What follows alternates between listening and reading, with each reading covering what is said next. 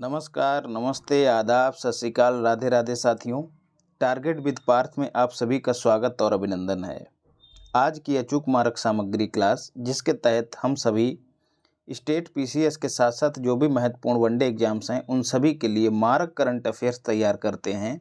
तो इस क्लास में 19 से लेकर 24 दिसंबर तक के करंट अफेयर्स को कवर करेंगे। याद रखिएगा, दिसंबर का महीना परीक्षा की दृष्टि से बहुत महत्वपूर्ण है, इसलिए थोड़ा ज़्यादा कंटेंट आपको इस महीने में तैयार करना पड़ेगा। शुरू करने से पहले दोस्तों, उन लोगों को ढेर सारी शुभकामनाएं, ढेर सारी बधाइयाँ जिन लोगों का बिहार टीचर में हुआ है। उन लोगों ने दोस्तों अपने माँ बाप की तरसती आँखों में खुशी के आंसू भरे हैं। लोगों को जवाब देते देते उनके कंधे झुक गए थे कि बेटा क्या कर रहा है, कब नौकरी पाएगा। तो उनके कंधों को दोस्तों गौरव से चौड़ा कर दिया है। तो ढेर सारी शुभकामनाएं। काफ़ी लोगों के, आप में से ही काफ़ी लोगों के रात में मैसेज आए, तो उनको पुनः ढेर सारी शुभकामनाएं। इसी तरह से दोस्तों सबका होगा, हिम्मत मत हारिए, लगे रहिए, एक दिन आएगा और जीवन बदल जाएगा। माइग्रेशन एंड डेवलपमेंट रिपोर्ट 2023 पहले भी हम लोग पढ़ चुके हैं। वर्ल्ड बैंक ने जारी की। एक क्वेश्चन आपसे ऐसे पूछा जा सकता है, मैक्सिमम रेमिटेंस प्राप्त करने के मामले में इंडिया फिर से पहले स्थान पर रहा है, मैक्सिको दूसरे स्थान पर और चाइना तीसरे स्थान पे। अंतर्राष्ट्रीय प्रवासी दिवस 18 दिसंबर को मनाया जाता है। एक्ट टुडे इसकी थीम थी। वहीं यदि राष्ट्रीय प्रवासी दिवस की बात करें तो 9 जनवरी को मनाया जाता है। क्यों दोस्तों? क्योंकि इसी दिन गांधी जी भारत आए थे, अफ्रीका से भारत आए थे। विश्व मृदा दिवस 5 दिसंबर को, विश्व मानवाधिकार दिवस 10 दिसंबर, सुशासन दिवस दोस्तों अटल बिहारी वाजपेयी जी की जयंती के रूप में 25 दिसंबर को मनाया जाता है। राष्ट्रीय किसान दिवस दोस्तों चौधरी चरण सिंह, जो कि भारत के 5वें प्रधानमंत्री थे, उनकी जयंती के रूप में राष्ट्रीय किसान दिवस 23 दिसंबर को मनाया जाता है। वीर बाल दिवस 26 दिसंबर को मनाया जाता है। विश्व कंप्यूटर साक्षरता दिवस 2 दिसंबर को मनाया जाता है। सर्ट इन दोस्तों आप सभी जानते होंगे, कंप्यूटर इमरजेंसी रिस्पांस टीम, जो भी साइबर क्राइम होते हैं तो उस समय यही एजेंसी हरकत में आती है और अपना काम करती है। तो अभी चर्चा में क्यों रही है? क्योंकि इसको आरटीआई के दायरे से बाहर कर दिया गया है। आरटीआई एक्ट 2005 में एक धारा है 24, उसमें संशोधन कर दिया गया है। तो ये सर्ट इन जो है वो साइबर सुरक्षा के लिए जिम्मेदार एजेंसी है, याद रखिएगा। हेडक्वार्टर इसका पुणे में है। फास्ट ट्रैक कोर्ट दोस्तों 2019 में इनकी शुरुआत हुई थी। जो यौन अपराध हैं उन अपराधों की तेजी से सुनवाई करके जो पीड़ित हैं उनको तेजी से न्याय दिलाने के लिए इन अदालतों के गठन की बात कही गई थी। बात क्या, इनकी शुरुआत 2019 से हुई थी, लेकिन अभी हाल ही में इनके विस्तार को आगे बढ़ा दिया गया, मतलब इनका विस्तार कर दिया गया है मार्च 2026 तक। 3 वर्ष की वृद्धि की गई है। 23 में समाप्त हो रही थी, लेकिन 26 तक इनको बढ़ा दिया गया है। आरबीआई की बात करें दोस्तों तो इसके निदेशक मंडल की 605वीं बैठक कहाँ आयोजित हुई? गुजरात में। शक्तिकांत दास इसके गवर्नर हैं। लीड्स 2023 दोस्तों, logistic is across different state 2023। Logistic प्रदर्शन में सुधार को लेकर रैंकिंग जारी की जाती है। किसके द्वारा? वाणिज्य एवं उद्योग मंत्रालय के द्वारा, जो कि वर्तमान में इसके जो मंत्री हैं वो पीयूष गोयल जी हैं। तो लॉजिस्टिक आप लोग जानते ही हैं, सामान को एक जगह से लेकर उसका भंडारण करने से लेकर लोगों तक पहुंचाने की प्रक्रिया लॉजिस्टिक के नाम से जानी जाती है। मोटा माटी आपको बता रहा हूँ, सामान को लिया, उसको स्टोर किया, लोगों तक कितनी आसानी से पहुंच रहा है, इसी आधार पर रैंक जारी की गई और अलग अलग उनको श्रेणी में रखा गया राज्यों को। तो अचीवर्स श्रेणी में दोस्तों जो केंद्र शासित प्रदेश है यूटी, वो चंडीगढ़ और दिल्ली, इनको अचीवर श्रेणी में रखा गया है। तटीय राज्यों में दोस्तों आंध्र प्रदेश, कर्नाटक, गुजरात आए हैं। स्थल रुद्ध राज्यों में दोस्तों यूपी, याद रखिएगा, हरियाणा, पंजाब। आपको क्या याद रखना है? यूपी को स्थल रुद्ध राज्य की अचीवर्स श्रेणी में रखा गया है। आकांक्षी राज्य की श्रेणी में किसे, बिहार को रखा गया है, याद रखिएगा। गलेफू मेगा प्रोजेक्ट दोस्तों, जिग्मे खेसर दोस्तों भूटान के नरेश हैं, इन्होंने इस प्रोजेक्ट का अनावरण किया है। ये असम और भूटान के जो सीमा क्षेत्र है दोस्तों, वहाँ के 1000 किलोमीटर स्क्वायर क्षेत्रफल पर मेगा सिटी प्रोजेक्ट के रूप में काम करेगा गलेफू मेगा प्रोजेक्ट। गलेफू एक प्रवेश बिंदु है, एंट्री पॉइंट है, जहाँ से भूटान में भारतीय प्रवेश करते हैं और भूटान से भूटानी भारत में प्रवेश करते हैं। तो गलेफू याद रखिएगा। इंडिया को दोस्तों इससे क्या लाभ हुआ है, इंडिया को निवेश का मौका मिलेगा, निजी निवेश भी और सार्वजनिक निवेश भी। तो इस क्षेत्र को भूटान बढ़िया से डेवलप करेगा स्मार्ट सिटी के रूप में। ओयो ट्रैवल पीडिया 2023, ओयो को आप लोग जानते ही होंगे। कलर चेंज करते हैं फिर आगे बढ़ते हैं।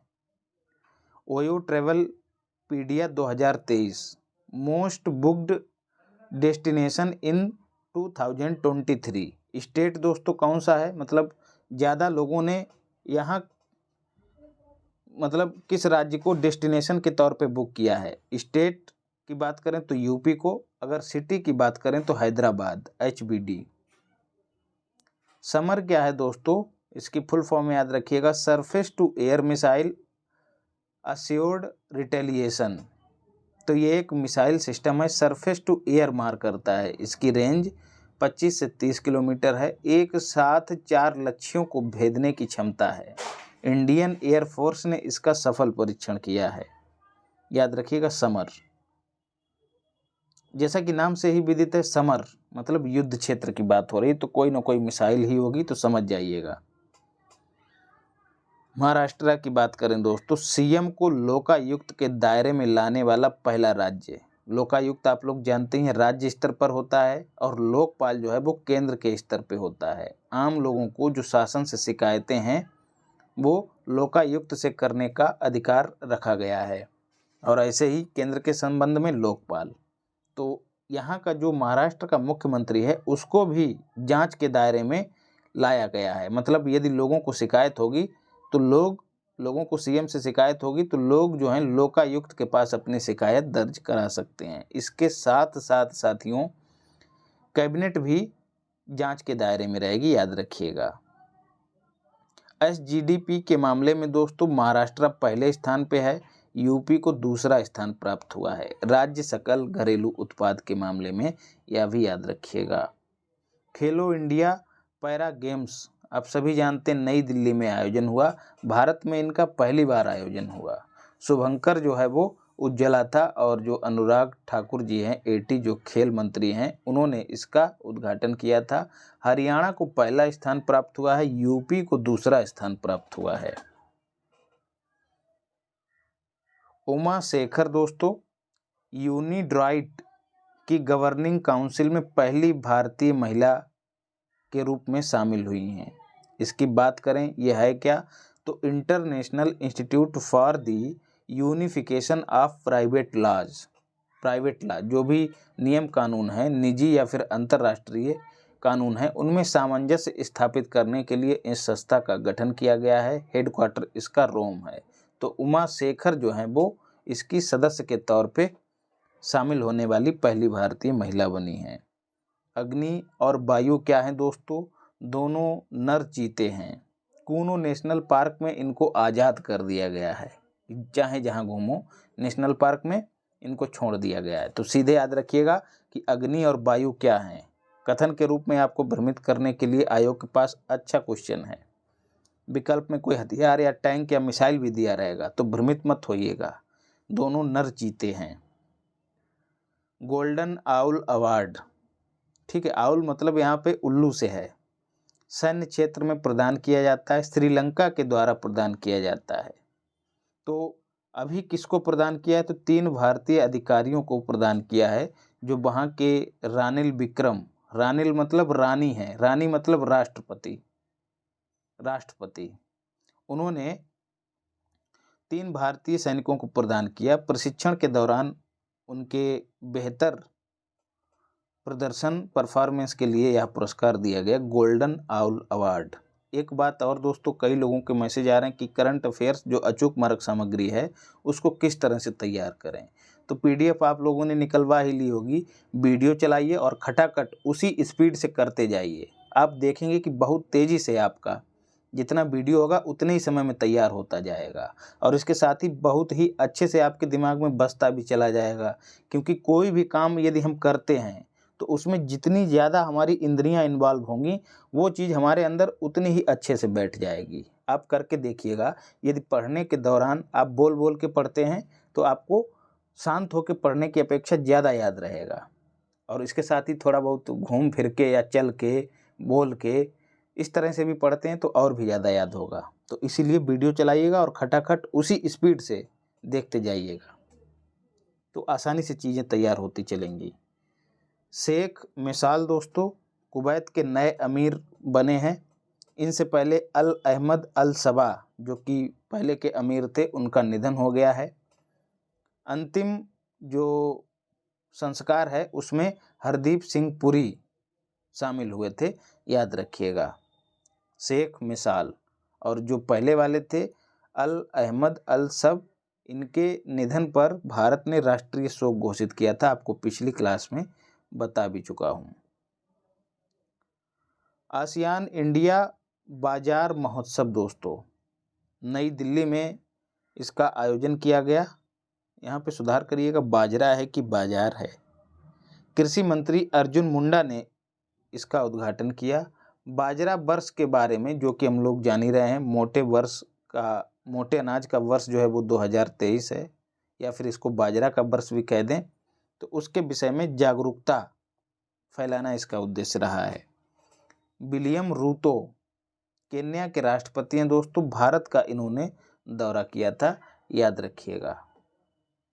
केन्या की राजधानी नैरोबी है, ये भी याद रखिएगा। और यहीं पर दोस्तों यूनेप का हेडक्वार्टर है, यूनाइटेड नेशन एनवायरनमेंट प्रोग्राम, खूब पूछा जाता है। सैंड्रो डे ओ कॉनर या फिर सैंड्रो कॉनर, इतना ही याद रखिएगा। इनका निधन हो गया 93 वर्ष की आयु में। कौन थी दोस्तों?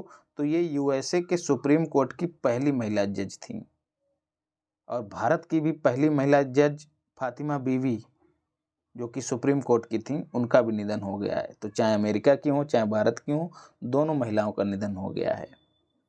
Queen lake cruise, queen lake cruise क्या है दोस्तों? एक क्रूज है, आप सभी जानते हैं, विलासिता से युक्त एक छोटा सा जहाज या फिर बड़ा सा जहाज हो सकता है। तो रामगढ़ ताल, आपको यूपी स्पेशल का जो परीक्षा वाणी से जीएस कराया है उसमें बताया था कि जो रामगढ़ ताल है वो कहाँ है? गोरखपुर में, जीकेपी। वहीं पर दोस्तों योगी जी ने क्वीन लेक क्रूज का अनावरण किया है, याद रखिएगा। भूटान की बात करें दोस्तों तो आवारा कुत्तों की नसबंदी करने वाला पहला देश बना है। क्यों दोस्तों? आवारा कुत्तों की जनसंख्या कम करने के लिए ऐसा किया गया है। आईएनएस कदमत, और हमारे यहाँ तो कुत्ते प्रहरी का काम करते हैं। लोग बड़े बड़े कुत्ते घरों में जरूर बांध लेते हैं, लेकिन गलियों में प्रहरी की तरह कौन काम करता है? आवारा कुत्ते। आप लोग देखते भी होंगे, कई एक वीडियोज में आपको बैकग्राउंड में उनकी आवाज़ें सुनाई दे जाती हैं। दिन में सोते हैं, आपको सोते मिलेंगे, रात में खूब जागेंगे। तो खैर हमारे यहाँ तो नसबंदी नहीं होगी। आईएनएस कदमत की बात करें तो ये एक भारतीय युद्धपोत है। समुद्री सहयोग को बढ़ावा देने के लिए मनीला में इसने कदम ताल की, याद रखना है। कदम ताल का मतलब केवल और केवल इससे जोड़ने के लिए यहाँ पर मैंने दिया है। कदमत ने कदम ताल की, कहाँ? मनीला में की। इसके साथ ही जापान के योकोसुका में भी की, तो जापान में भी गया और फिलीपींस की राजधानी मनीला में भी गया। तो दोनों जगह पर समुद्री सहयोग को बढ़ावा देने के लिए आईएनएस कदमत ने कदम ताल की, ऐसे याद रखिएगा। राष्ट्रीय रेल पुरस्कार दोस्तों 100 रेल कर्मचारियों को, याद रखिएगा, सीधे संख्या पूछी जाएगी। 100 रेल कर्मचारियों को उनकी बेहतर सेवा प्रदान करने के लिए घोषणा की गई है। राष्ट्रीय रेल पुरस्कारों की किसने की होगी? अश्वनी वैष्णव ने की होगी। आईपीएल 2024 जो कि भारत में आयोजित होंगे।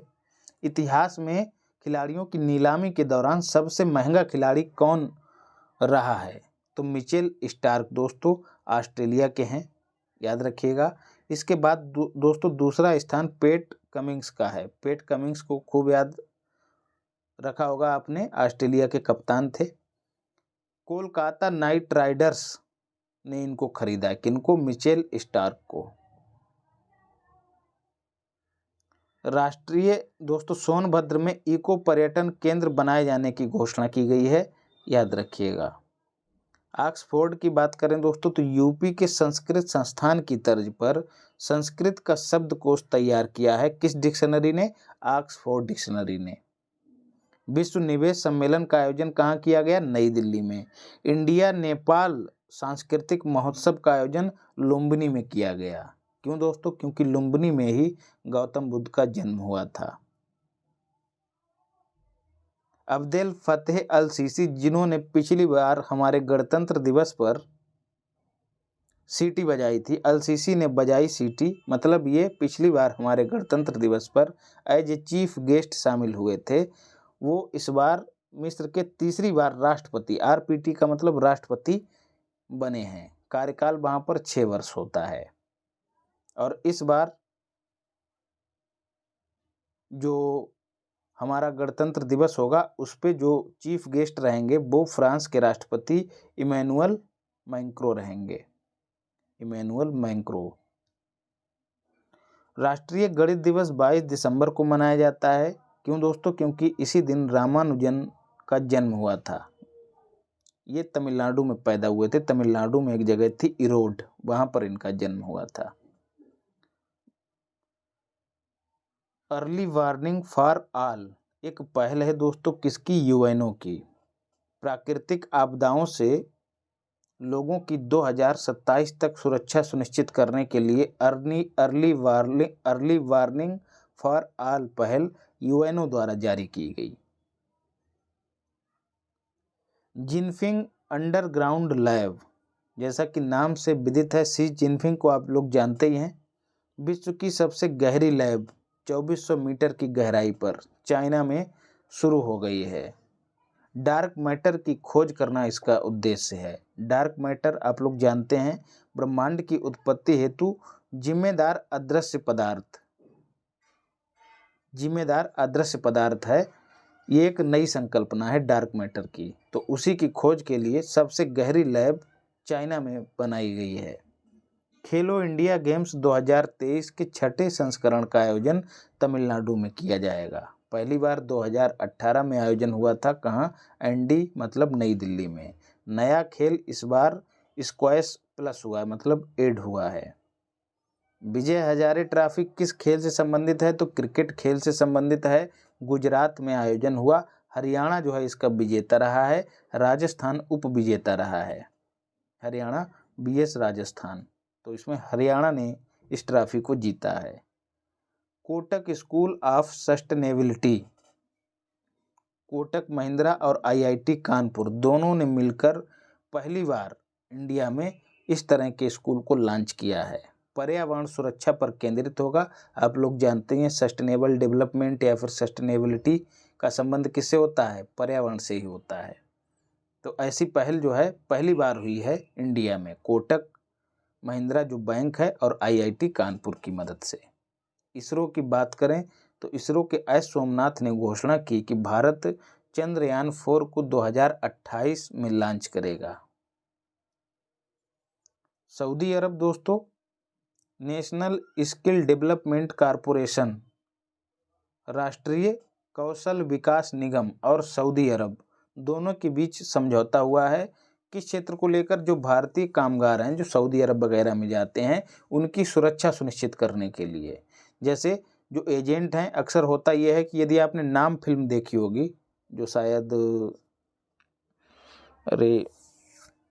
संजय दत्त जी की नाम फिल्म है, उसमें देखा होगा कि एजेंट किस तरह से धोखाधड़ी करके उसको वहाँ बाहर विदेश में फंसवा देता है।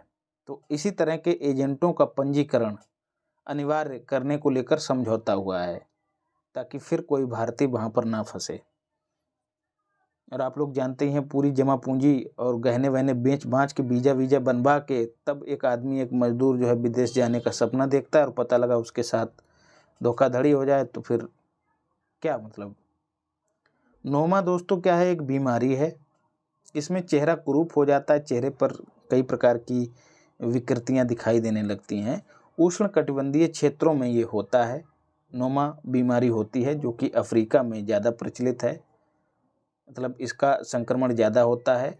इसको यूएनओ ने नहीं दोस्तों, WHO ने उपेक्षित बीमारी का दर्जा दिया। कहा गया है कि इसकी उपेक्षा हो रही है, तो इसको उपेक्षित बीमारी का दर्जा दिया, ताकि जो देश हैं उनकी नज़र इस बीमारी पर आए और इससे निदान के लिए वो लोग प्रयास करें। लेसेंट ग्लोबल हेल्थ रिपोर्ट जारी हुई है दोस्तों, और कहा गया है कि 2021 में बाल विवाह करने के मामले में पहला राज्य गुजरात रहा है। और यदि बात करें लड़कियों के बाल विवाह की, तो उसमें बिहार पहले स्थान पर रहा है। बॉयज़ के मामले में गुजरात पहले स्थान पर, लड़कियों के मामले में बिहार पहले स्थान पर। इस रिपोर्ट को याद कर लीजिएगा, निबंध में आप इसका इस्तेमाल कर सकते हैं। आनंद मैरिज एक्ट दोस्तों, जम्मू कश्मीर में इसको लागू कर दिया गया है। जैसे मुस्लिमों में निकाह होता है, हिंदुओं में विवाह होता है, वैसे ही सिखों में आनंद विवाह होता है। ठीक है, तो ये एक मैरिज एक्ट है। जैसे हिंदुओं का हिंदू विवाह एक्ट है, वैसे ही सिखों का आनंद मैरिज एक्ट है। तो सिख समुदाय में विवाह पारंपरिक तरीके से करने का ये एक प्रकार है। गुरुद्वारा में विवाह होता है। तो अब जम्मू कश्मीर में 370 हट जाने के बाद इसको लागू कर दिया गया है। तो इतना याद रखिएगा कि आनंद मैरिज एक्ट कहाँ लागू किया गया है, तो जम्मू कश्मीर में। राष्ट्रीय खेल पुरस्कार 2023 दोस्तों, युवा एवं खेल मंत्रालय इनकी घोषणा करता है। चयन समिति जिसने खिलाड़ियों का चयन किया है, उसके अध्यक्ष खान विलकर थे, पूर्व जस्टिस हैं ये। MDC KRP मेजर ध्यानचंद खेल रत्न पुरस्कार किसे दिया गया है, तो चिराग को दिया गया और सात्विक को दिया गया। दोनों बैडमिंटन खेल के खिलाड़ी हैं। 25 लाख रुपए की धनराशि दी जाती है। दोनों का नाम याद रखिएगा, सात्विक चिराग। चिराग मतलब दीपक में सात्विक तेल पड़ता है, मतलब एकदम शुद्ध तेल पड़ता है, सात्विक चिराग, ऐसे याद रखिएगा। अर्जुन पुरस्कार दोस्तों, अर्जुन या फिर ऐसे भी याद रख सकते हैं, सात्विक चिराग की रोशनी में मेजर ध्यानचंद जो हैं, जो कि हॉकी के जादूगर थे, वो अपनी प्रैक्टिस किया करते थे। सात्विक चिराग, तभी उनको हॉकी का जादूगर कहा जाता है। ऐसे याद रखिएगा, अच्छी तरह से याद रहेगा। अर्जुन पुरस्कार दोस्तों कुल 26 लोगों को दिया गया है। सब के सब नहीं याद किए जा सकते, ना ही पूछे जाने की संभावना है। एक नाम जरूर याद रखिएगा, मोहम्मद शमी, जो कि क्रिकेट से संबंधित हैं, उनको अर्जुन पुरस्कार दिया गया। ये यूपी के अलीगढ़ जिले के हैं, ये भी याद रखिएगा, मोहम्मद शमी। और यहीं पर इनके नाम से एक स्टेडियम बनाया जा रहा है। आपको स्पेशल के GS में बताया भी है। भारत ने दोस्तों समय से पूर्व कुछ लक्ष्य प्राप्त किए हैं, उनको देख लेते हैं। भारत ने इन लक्ष्यों की घोषणा COP15 जो कि पेरिस में हुआ था। COP15 था कि COP17 था, जरा एक बार देख लीजिएगा, वहां पर आयोजित हुआ था। तो वहीं पर 2 लक्ष्य निर्धारित किए थे। कहा था कि 2005 के स्तर से 2030 तक जो कार्बन उत्सर्जन है, वो कार्बन उत्सर्जन की तीव्रता में GDP का 33 से 35% की कमी भारत लाएगा। लेकिन भारत ने यह लक्ष्य 31 अक्टूबर 2023 में ही प्राप्त कर लिया है। दूसरा लक्ष्य था कि जो 40% विद्युत क्षमता जो है, वो भारत गैर जीवाश्म ईंधनों से स्थापित करेगा। वो भी लक्ष्य भारत ने 31 अक्टूबर 2023 तक प्राप्त कर लिया है। तो ये डेट जरूर याद रखिएगा। 31 अक्टूबर को राष्ट्रीय एकता दिवस भी कहते हैं। ठीक है, विभिन्न एजेंसियों और सरकारों की इच्छा शक्ति और एकता के द्वारा ही इस तारीख को हमने ये लक्ष्य प्राप्त कर लिया है। तो ऐसे जोड़ के जब इसको पढ़ेंगे तो याद रहेगा। Poonam Khetrapal, national order of merit gold पुरस्कार से इनको सम्मानित किया गया, पूनम खेत्रपाल को। WHO की ये दक्षिण पूर्व एशिया क्षेत्र की महिला निदेशक हैं, पूनम खेत्रपाल। तो नेशनल ऑर्डर ऑफ मेरिट से कौन सम्मानित किया गया? पूनम खेत्रपाल। ऊंटों का वर्ष दोस्तों, यूएनओ ने 2024 को ऊंटों का वर्ष घोषित किया गया है ताकि ऊंटों का संरक्षण और संवर्धन हो सके। बैक्टीरिया एक ऊंट होता है दोस्तों, आप लोगों ने इसको घटना चक्र में पढ़ा भी होगा, यूपीएससी में सवाल पूछा गया था। ये 2 कुबड़ वाला ऊंट होता है। अंतर्राष्ट्रीय जैव विविधता वर्ष यूएनओ ने किस वर्ष को घोषित किया था? तो 2010 को। और इस बार मोटा अनाज वर्ष 2023 को घोषित किया गया है। और अंतर्राष्ट्रीय दलहन वर्ष दोस्तों 2016 को घोषित किया था। ऑपरेशन प्रॉस्पेरिटी गार्जियन यूएसए ने लॉन्च किया। यमन के जो हूती विद्रोही हैं, जो अक्सर जहाज वगैरह लूटते रहते हैं और लड़ते भिड़ते रहते हैं, उनसे निपटने के लिए ऑपरेशन प्रॉस्पेरिटी गार्जियन किसने लॉन्च किया? यूएसए ने लॉन्च किया है। यमन की राजधानी सना है। ठीक है। अक्सर दोस्तों लाल सागर में ये लोग लूटपाट करते हैं। चिल्लई कला दोस्तों, जब ज़्यादा ही ठंड पड़ने लगती है जम्मू कश्मीर में, तो वहाँ के लोग चिल्लाते हुए कलाबाजी करते हैं।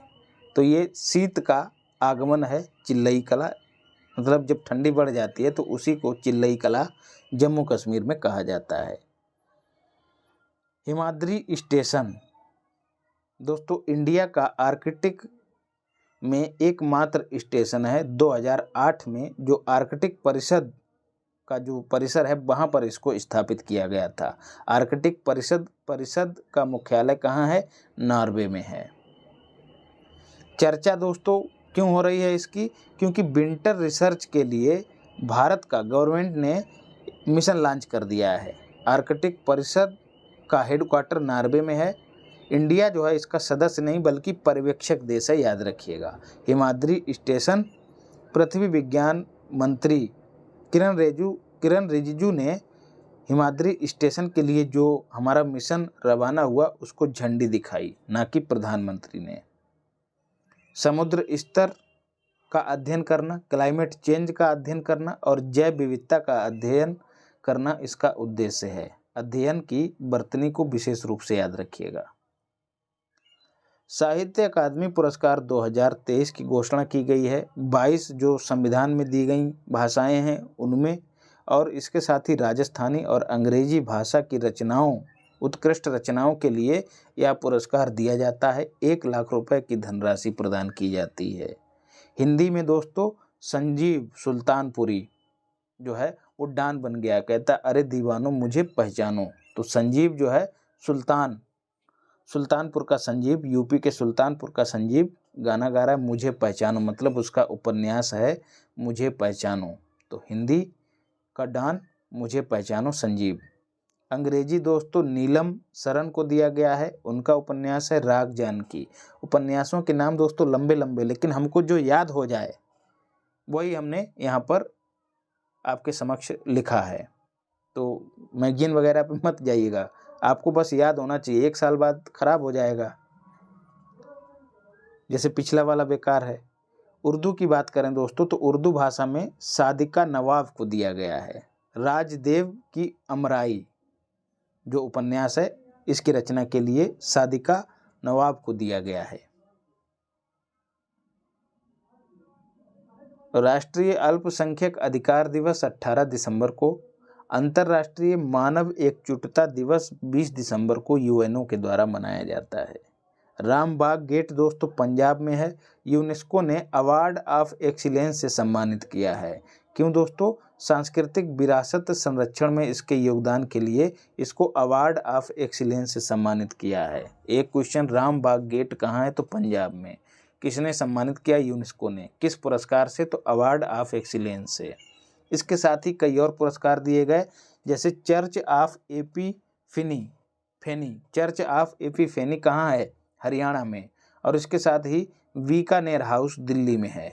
इन दोनों को भी यूनेस्को ने पुरस्कृत किया है। और इसके साथ ही कुन्नमंगलम भगवती मंदिर कहाँ स्थित है, याद रखिएगा, केरल में।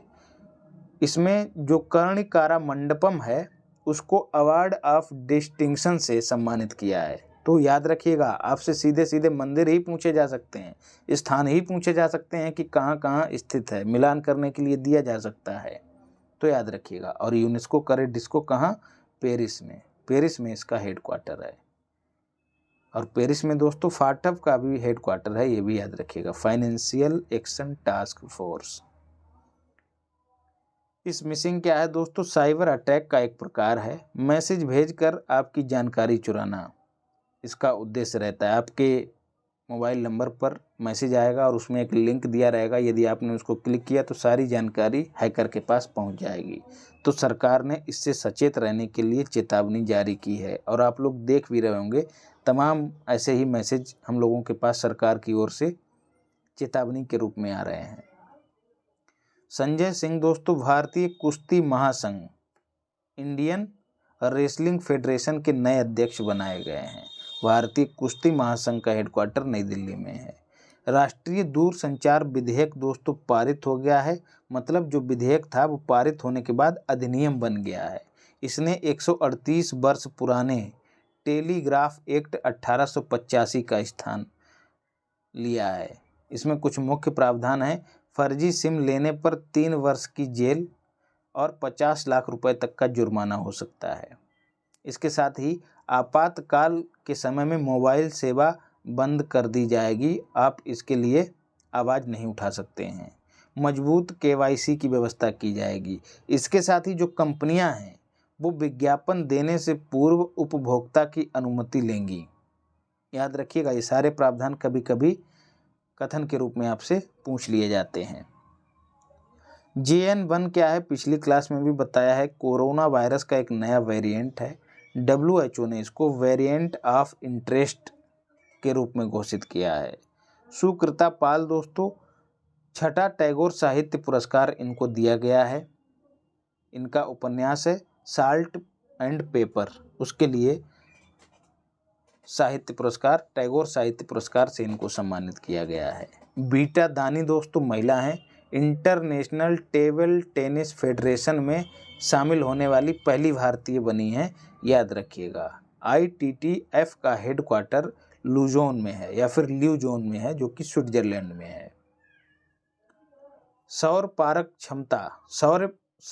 क्षमता मतलब सोलर पार्क बनाकर जो इलेक्ट्रिसिटी पैदा होती है उसकी क्षमता के आधार पर रैंकिंग जारी की गई। उसमें राजस्थान पहले स्थान पे, आंध्र प्रदेश दूसरे स्थान पे। तो एकदम ऐसे याद रखिएगा, एकदम राजस्थान यहाँ है और एकदम नीचे चले जाइए दूसरे स्थान पर आंध्र प्रदेश। दो आपको ऐसे याद रहेंगे और इसके बगल वाला कर्नाटक, 3 तो आसानी से याद हो जाएंगे।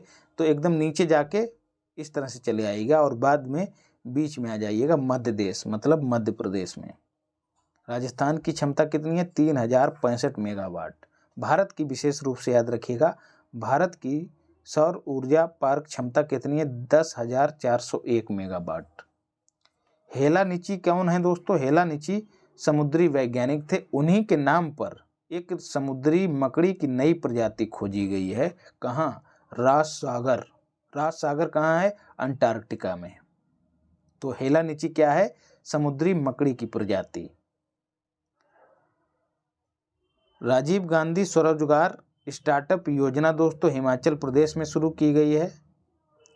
युवाओं को रोजगार उपलब्ध कराना इसका उद्देश्य है। लोक कंठे गीता पाठ कर्नाटक में इसका आयोजन, माफ कीजिएगा, कोलकाता में। जहाँ KKT लिखा हो उसका मतलब है कोलकाता, और जहाँ KNT लिखा हो तो उसका मतलब है कर्नाटक। तो कोलकाता में इसका आयोजन किया गया है। मोदी जी ने इसकी सफलता की कामना की है। लोक कंठे गीता पाठ। तो विकल्प में कुरुक्षेत्र भी दिया रहेगा, भ्रमित मत होइएगा। गुरुकुल कांगड़ी विश्वविद्यालय दोस्तों हरिद्वार में है, उत्तराखंड में। वेद विज्ञान और संस्कृति के महाकुंभ का उद्घाटन JD ने किया है, जगदीप धनखड़ ने। तो यदि पूछ लिया जाए कि वेद विज्ञान और संस्कृति के महाकुंभ का आयोजन किस राज्य में हुआ, तो उत्तराखंड में। स्वामी नारायण मंदिर दोस्तों USA में है, तोड़ फोड़ वहाँ पर कुछ अराजक तत्वों ने, खालिस्तानियों ने तोड़ फोड़ की है उस मंदिर में। तो जयशंकर जो हमारे विदेश मंत्री हैं, उन्होंने इस पर चिंता व्यक्त की। स्वामी नारायण मंदिर, कैंपेगौड़ा अंतर्राष्ट्रीय हवाई अड्डा, इसको विश्व विशेष पुरस्कार से सम्मानित किया गया है। मोदी जी ने इस अवसर पर इसको बधाई प्रेषित की है। बेंगलुरु में ये स्थित है। एकलव्य आवासीय विद्यालय, पिछली क्लास में भी आपको बताया था, ये विद्यालय जो अनुसूचित जाति और जनजाति के विद्यार्थी हैं, SC और STs हैं, उनको आवासीय सुविधाएं उपलब्ध कराते हुए शिक्षा प्रदान करने से संबंधित विद्यालय हैं। पूरे देश में 740 बनाए जाएंगे। जनजातीय मंत्री अर्जुन मुंडा ने इस फैक्ट को सबके सामने रखा। इमैनुअल मैक्रों दोस्तों फ्रांस के राष्ट्रपति हैं। 75वें गणतंत्र दिवस, क्रम भी याद रखिएगा, हमारे चीफ गेस्ट होंगे। रणनीतिक साझेदारी, फ्रांस और भारत के बीच रणनीतिक साझेदारी को 25 वर्ष पूर्ण हो रहे हैं। तो इस तरह से दोस्तों हम लोगों ने पूरा करंट अफेयर्स कंप्लीट कर लिया है। यदि चीज़ें अच्छी लगी हों तो चैनल को सब्सक्राइब कर लीजिए, टारगेट विद पार्थ, और ये PDF आपको टेलीग्राम पर टारगेट विद पार्थ नाम से सर्च करने पर टेलीग्राम चैनल मिल जाएगा, वहीं पर मिल जाएगी। और यदि कोई समस्या है तो इस नंबर पर आप लोग व्हाट्सएप कर सकते हैं। तो अपने चित्त को, चित्र को और चरित्र को पवित्र बनाइए, माता पिता की सेवा कीजिए और महिलाओं का सम्मान कीजिए। धन्यवाद।